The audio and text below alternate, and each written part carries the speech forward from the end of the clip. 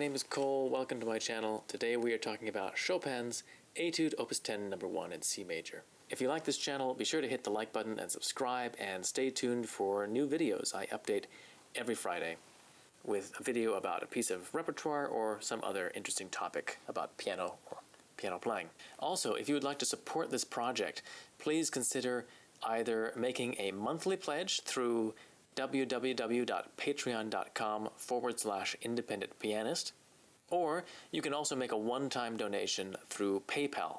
So my PayPal link is in the description box below. Any amount is appreciated and will assist me to continue bringing you this content. So thank you very much in advance for your support. And also, I am available to teach students at all levels. You can just drop me a line at cole@independentpianist.com if you're interested in having a free consultation about that. Thank you. So Chopin wrote his first set of etudes, Opus 10, somewhere between 1829 and 1833 when they were first published, and they were revolutionary in their day for the extraordinary demands that they made on the performer's technical skills. Really, they represented a totally new concept of piano playing that went beyond the more compact, finger-focused technique required to play most music up to that time.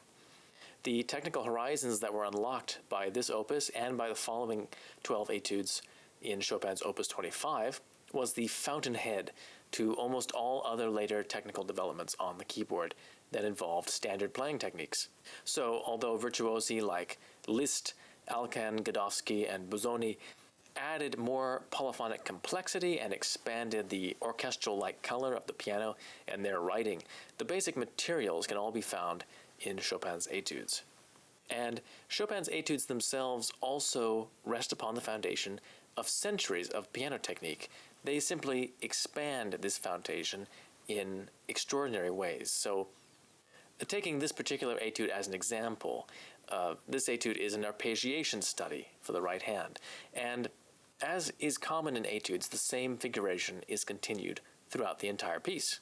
Well, before Chopin, in an arpeggio study, you probably would have seen something like this from Czerny's Etudes, Opus 299.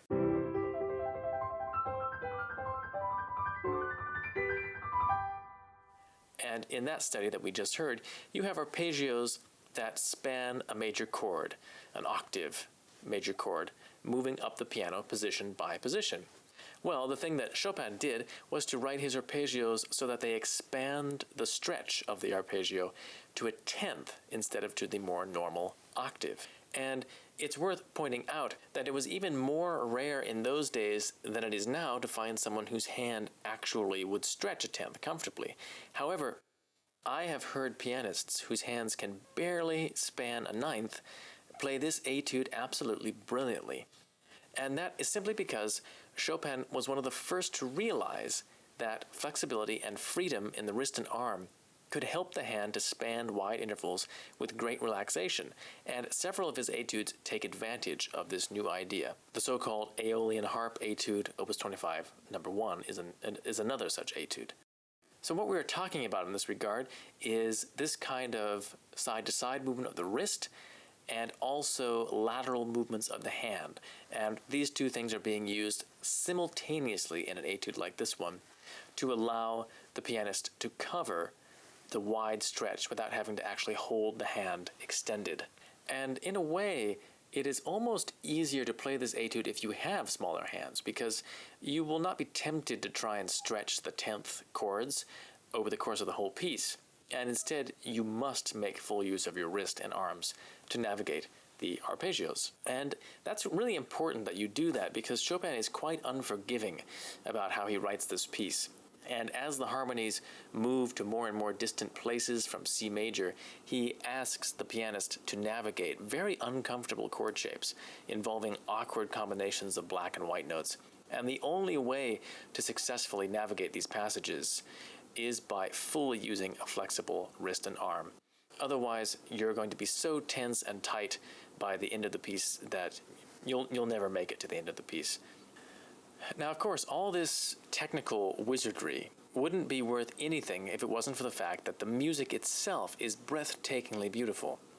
A piece like this should really be called a poem rather than an etude. It's so inspired. It's at such a rarefied height of musical discourse. It's really a far cry from the kind of etudes that were written by composers before Chopin. I mean, these were charming but relatively insipid pieces by composers like Kramer, Czerny, even Clementi. There were some great pieces in there, but few of them that were really on this kind of level of inspiration. And unfortunately, I find that, for me at any rate, I rarely hear a performance of this etude that really, genuinely satisfies me. And that's odd, of course, because it's a very popular piece, and the concert halls are full of performances that are marvelously technically accomplished, mind-boggling, really. But I do think that these performances oftentimes don't really do justice to the music as Chopin wrote it and probably intended it. And I have a few reasons for this opinion. The first consideration is tempo. And Chopin does give a very rapid metronome marking, quarter note 176. But I agree with Leopold Godowsky that this tempo is actually a bit on the fast side to really realize the true character of the piece. And it's entirely opinion on my part, but I think there's a general trend. All musicians, we tend to hear pieces in our head slightly faster than we usually perform them in an actual physical situation. So frequently I've noticed composers of widely differing styles giving metronome markings that seem to me just slightly rushed when you actually try to put them to the test. Another consideration is how the left hand is approached. And in the left hand of this piece, of course, covers the bass line, and it's really the musical center of the music. And I find that many interpretations of this piece, the left hand is kind of struck with blows that are like a sledgehammer that almost threaten to drown out the right hand notes. And for me, it's particularly a problem in two specific places where Chopin writes a very unintuitive dynamic scheme, which you almost never hear in performance. So here's the first passage.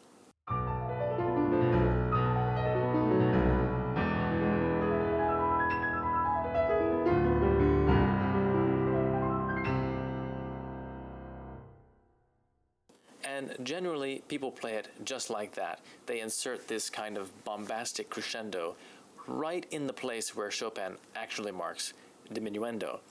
Again, it's a very natural change, but I can't help but feel that we miss out on something in making this change. And the reason for that is that passages like this one always remind me of the words of Ignaz Moscheles. And Moscheles was a wonderful pianist of that same time. He was a slightly older colleague of Chopin's. And he complained about the difficulty and awkwardness in Chopin's music of his sudden modulations. So just like this one, where he's starting in E major, and he immediately, with no transition, modulates to C major. Well, he heard Chopin play his own music for the first time, and then the scales fell from his eyes, so to speak, and he said, "Now, for the first time, I understand his music. The hard, inartistic modulations, so like those of a dilettante, which I can never manage when playing Chopin's music, ceased to shock me, for he glided over them almost imperceptibly with his elfish fingers." So that's a very different image from what you usually hear, I think. And after all, what is the original musical basis for this etude but a kind of a tender homage to the great semi-improvised Baroque preludes of Handel and Bach? And perhaps in particular, this one, which Chopin would have known well.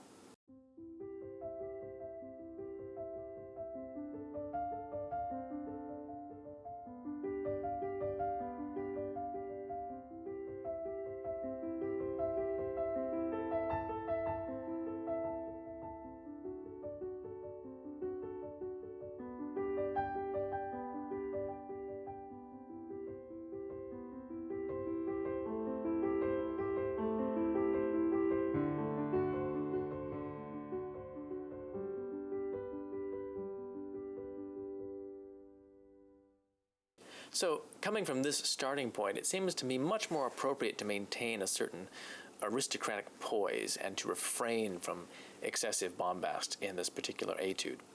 Certainly it should be grand and exciting, but not overbearing, I think. At any rate, that's just my 2 cents, so take it for what it's worth. And I hope you enjoy my take on this etude. Thank you for watching, and see you next Friday for some more beautiful piano music.